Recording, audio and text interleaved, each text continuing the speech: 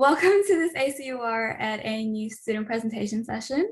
We acknowledge and celebrate the first Australians on whose traditional lands we meet and pay our respects to the elders past and present.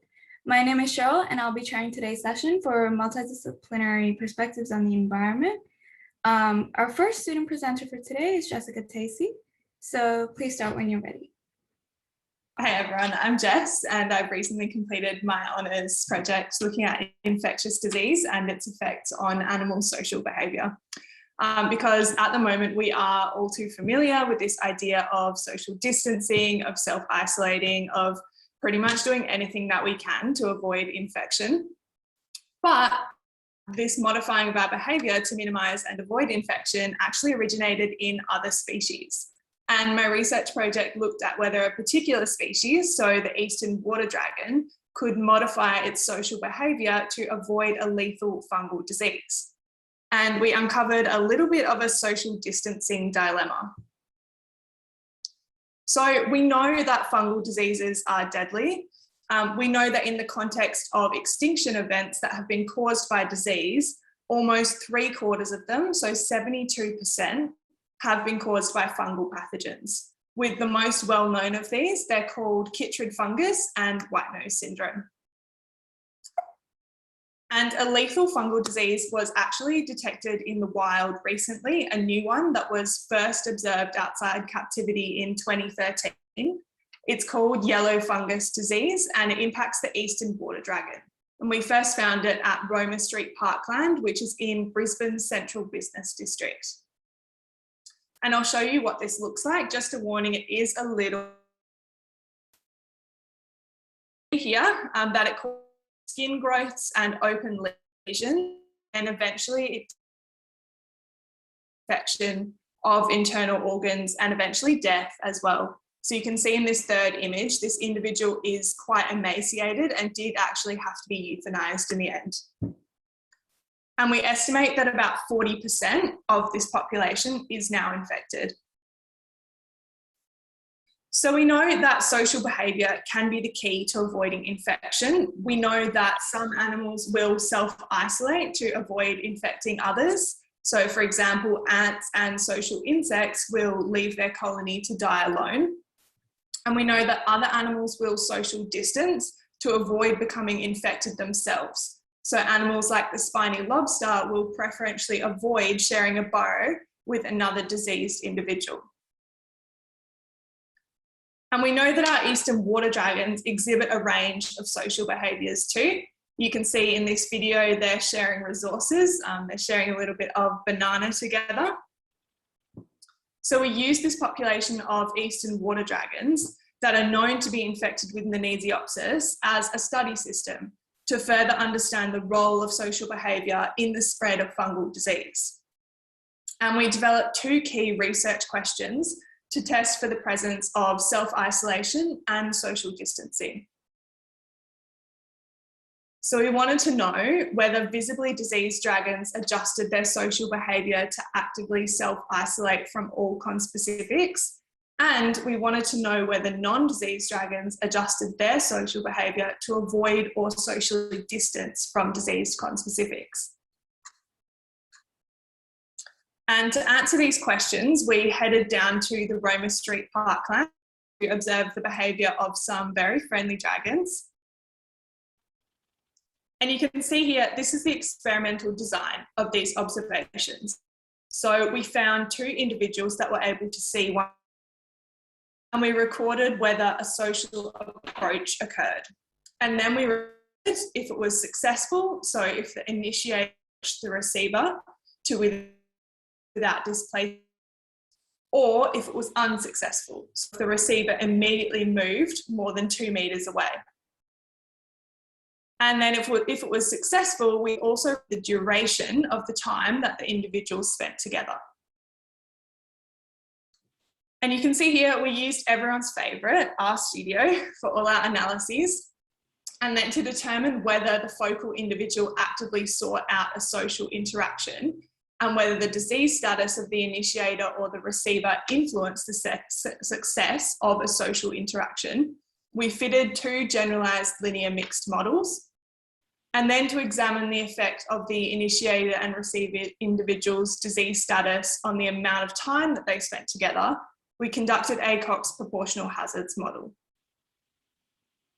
So we ended up with 647 observations of 126 unique individuals. Coincidentally, we had 63 males and 63 females.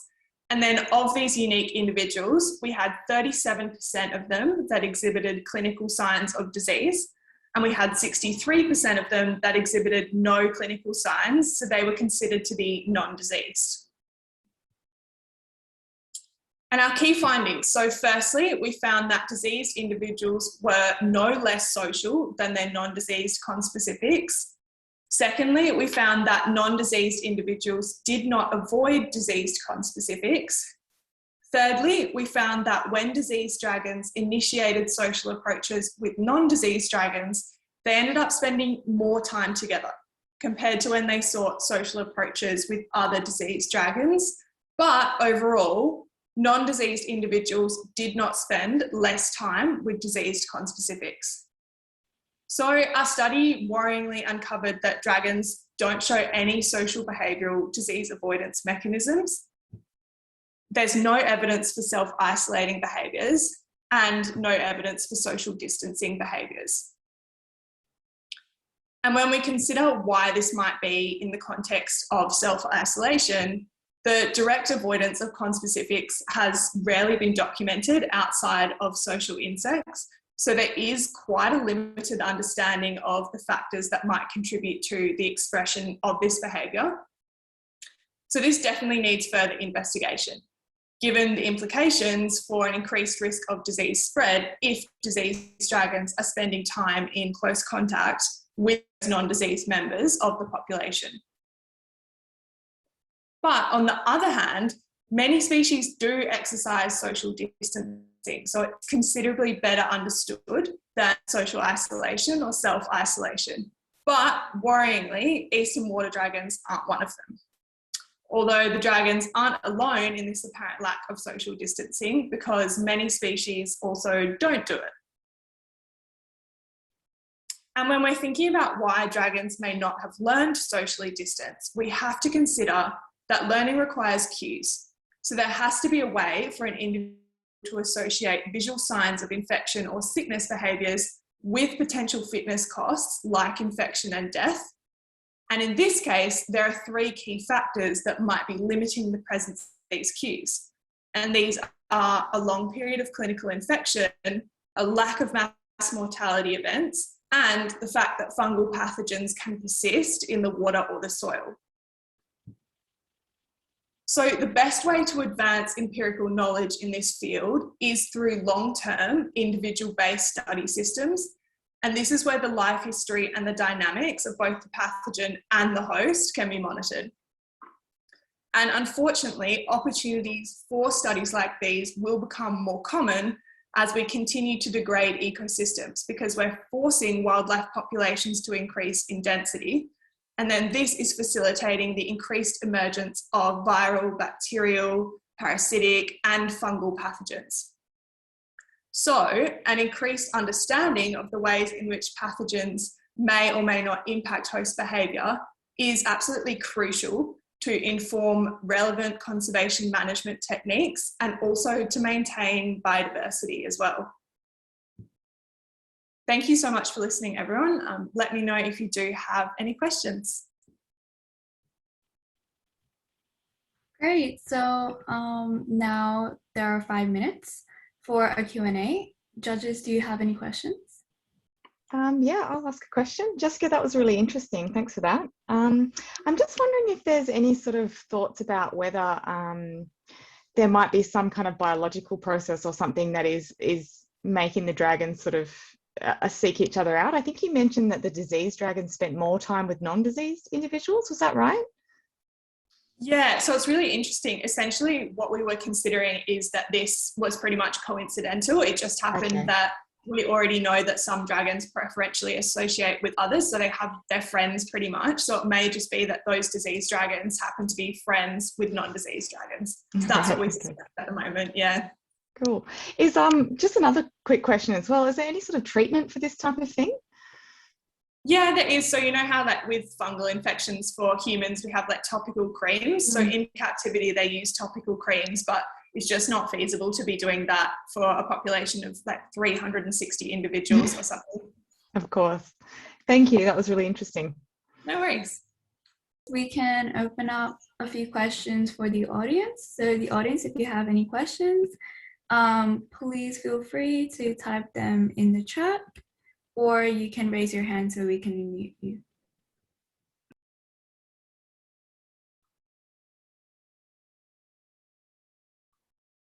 I think there's a couple of questions in the question and answer box. Yeah, so for the first question, do you think that water dragons or other species could learn social distancing behavior as disease outbreak continues? It's a great question, and I'm actually really glad that someone asked that because we have been doing more research since. So I'm working to publish this research, and I've conducted some more analyses, and I have found that, yeah, they actually do avoid individuals that are more severely diseased. So it's not so much about the presence of the disease, but the severity of those infected individuals. So yeah, we do think that there is a trend towards they could learn to avoid more severely infected individuals, which is super exciting. It means that they're not entirely doomed, I suppose. Yeah, great. Okay, so we have another question, which is, could you please elaborate on how does the third point, infections being water/soil, explain the lack of social distancing behaviors? Yeah, for sure. So because the pathogen persists in the substrate for animals, so for example, with animals like baboons that have an STI, if they avoid physically interacting with another individual, that completely nullifies their opportunity for infection. But when the fungus is persisting in the soil, if they're avoiding other individuals, then they could still get infected from the soil. So there's not really a massive benefit of avoiding other individuals if they're still going to become infected, especially when you're avoiding other individuals. That then limits your opportunity for resources like reproduction and sharing food. Hopefully that answers your question. Great. Okay, so one more question. Would anthropological methods be useful in this type of research? What disciplinary skills would produce good research in this field? I'm not sure what you mean by anthropological methods. Do you mean like more surveying, or as in the ways that humans have avoided COVID? I'm going to go with the ways that we avoid COVID. So social distancing, I'm interpreting it as, and I guess encouraging the lizards to not be near one another. We have done some research in this, so separating the diseased and non-diseased individuals and seeing if that limits disease transmission, and we haven't found that it has yet. So social distancing, although perhaps it could be implemented by the dragons in the future, when we tried to do it ourselves, it didn't have any impact on disease transmission. Okay, great. I think with that, I might move on to our second presenter, Ruby Olsson, who will start. I'll just share my screen now. Okie dokie. So I'm going to be presenting my research on international conventions and water governance in the Murray-Darling Basin. So as you may know, water allocations in the Murray-Darling Basin are very conflicted in Australia, and the government sought to address this by implementing the 2007 Water Act and the Basin Plan in 2012. And part of the Water Act actually requires the Basin Plan to give effect to Australia's international conventions, which we've signed, that are relevant to the Murray-Darling Basin. And these are the Ramsar Convention on Wetlands, the Convention on Biological Diversity, and the Migratory Birds Treaties between Australia and Japan, Australia and China, and Australia and South Korea. And we've signed these treaties in part to protect the environment in the Murray-Darling Basin, but also to provide constitutional legitimacy to the Basin Plan. So as part of the Constitution in Australia, Section 100 states that the Commonwealth actually cannot abridge the right of a state or the residents of a state to the reasonable use of water. And so in order to implement the Basin Plan, the Commonwealth relies on the External Affairs Clause. And the precedent for this was set during the Franklin River campaign, the photos of which you can see on the right here, where in the High Court case between the Commonwealth and Tasmania in 1983, the High Court ruled in favour of the Commonwealth on the basis that the Commonwealth was upholding Australia's obligations under the UNESCO World Heritage.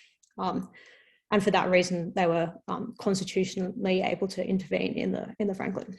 So the Basin Plan only has constitutional legitimacy insofar as it is upholding Australia's obligations under these conventions. Unfortunately, we are failing to uphold these obligations. So here are some authors who argue that the 2,750 gigalitres that are for the environment are insufficient to reach the environmental objectives of these conventions. And also Kirsch, Colliff and Pillock found that there was actually no clear correlation between the environmental watering plans and the Ramsar ecological character.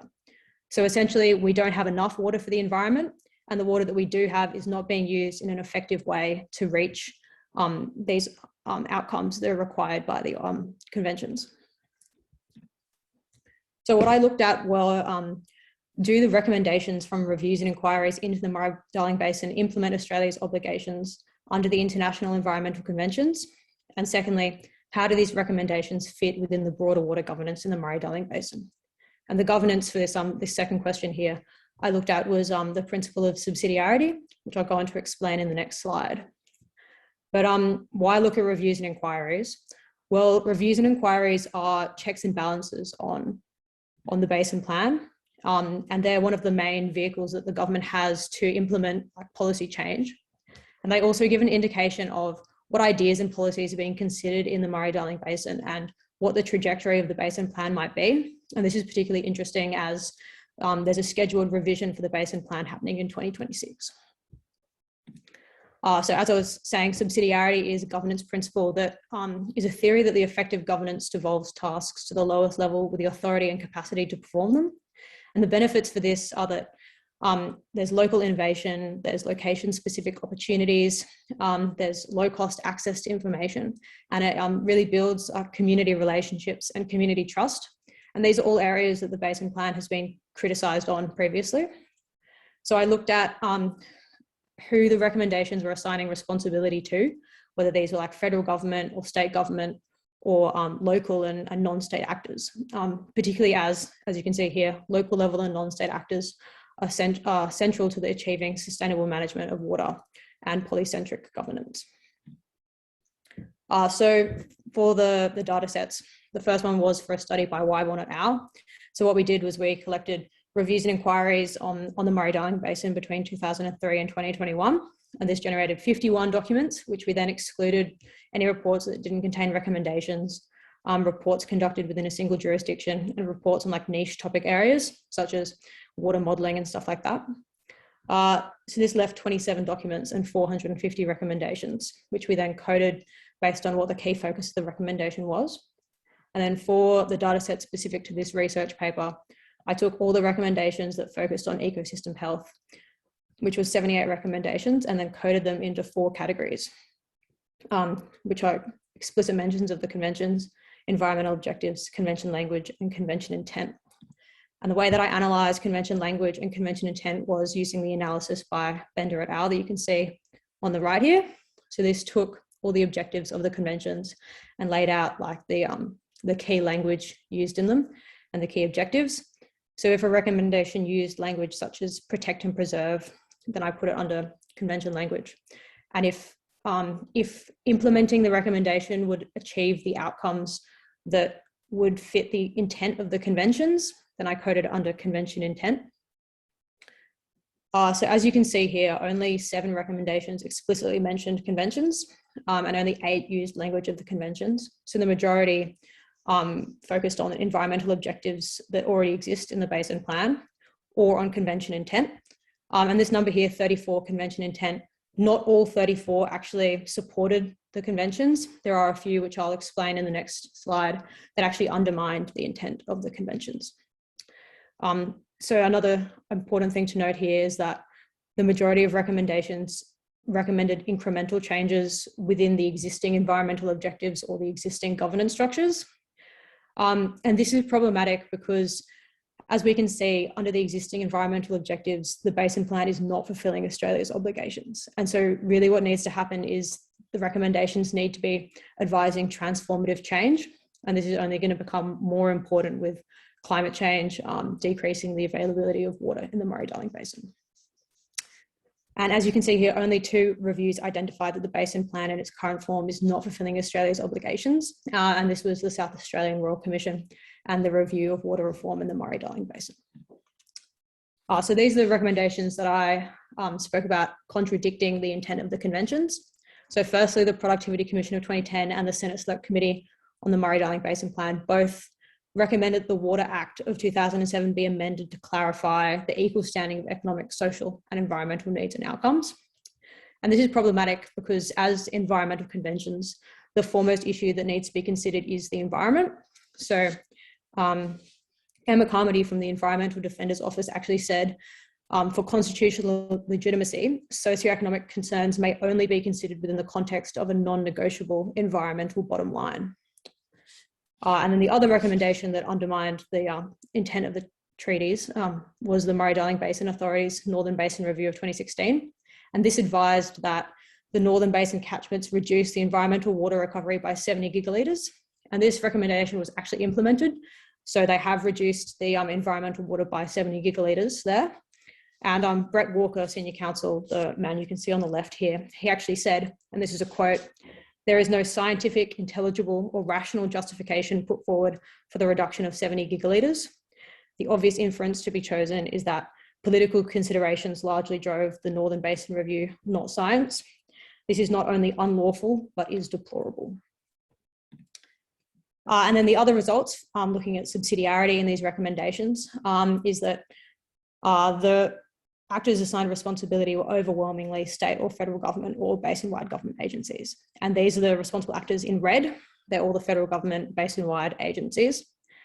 The responsible actors in orange here, environmental water holders and water system managers, are broad terms for either non-state actors or like basin-wide government agencies. So it's unclear if they're really giving responsibility to local or non-state actors. And the Northern Basin Aboriginals Nations here is a non-state actor. So overwhelmingly, the recommendations are not adhering to the subsidiarity principle. And it also highlights a tension here between the expectations of the federal government to fix everything in the Murray-Darling Basin and then the reality, which is that they don't have the capacity to as a Commonwealth in a federal system of government. So to conclude, the Basin Plan is not working to fulfil Australia's obligations under the international conventions, and there is a failure of reviews to sufficiently acknowledge this deficiency or to recommend transformative reforms. And this is hindering progress towards protecting the environment in the Murray-Darling Basin, but it also jeopardises the constitutional legitimacy of the Basin Plan. Thank you very much. Okay, great. Thank you, Ruby. There are now 5 minutes for a Q&A. Judges, do you have any questions? I'll ask a quick question. Great presentation, Ruby, on something really important and complicated. I'm just wondering if you could just briefly describe your review methods, like how you actually identified all of the articles. I think I might have missed that. Yeah, so we just use search terms, essentially looking for all of the reviews and inquiries, which I have a list of, but we also looked through like the Murray-Darling Basin Authority's official database. So we've got all of those reviews. And yeah, we excluded any that were specific to like just New South Wales or just Queensland. So we wanted a whole of basin approach. Yeah. Cool, thank you. Okay, great. We still have some time left. So if there are any questions in the audience, if they could please type it in the Q&A section, or they can raise their hand and we can move them. I've got a question here. How do findings represent the future or sustainability of resources and water for individuals?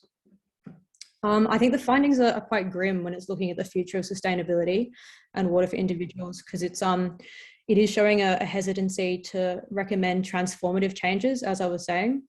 And these incremental recommendations are really not what's needed when you're looking at the scale of the problem and how it's going to get so much worse with climate change. So really what needs to happen is we need more transformative changes that really focus on local level and non-state actors. And there are a few recommendations out there that do that. One was saying that the Murray-Darling Basin should be split so that it's not such a conflicting authority that's trying to implement changes and also like moderate them, I guess. But there just needs to be a lot more. So yeah, hope that answers your question. Okay, I think great. With that, I'd like to thank the audience who gave us a few questions. And that brings us to the end of today's session. I'd like to thank our judges, Amelia Gulliver and Eileen Walsh. And congratulations to the student presenters. This recording will be made available online following the conference. And we hope to see you in our future conferences during this week. But thank you so much for attending and presenting today. Thanks, Cheryl. Thanks, everyone. See you later. Thank you. Bye. Thanks very much.